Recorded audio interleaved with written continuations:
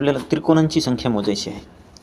मग आपल्याला काय करायचे आहे की जर आपल्याला अशा प्रकारचा प्रश्न दिलेला असेल तर एक लक्षात घ्यायचे आहे की आपल्याकडे सर्वप्रथम यामध्ये क्रमांक टाकायचे. 1 2 3 आणि हे 4. एकूण आपल्याला इथं 4 भेटलेले आहेत. इथं सुद्धा तसेच 1 2 3 आणि 4 इथे 4 भेटतात.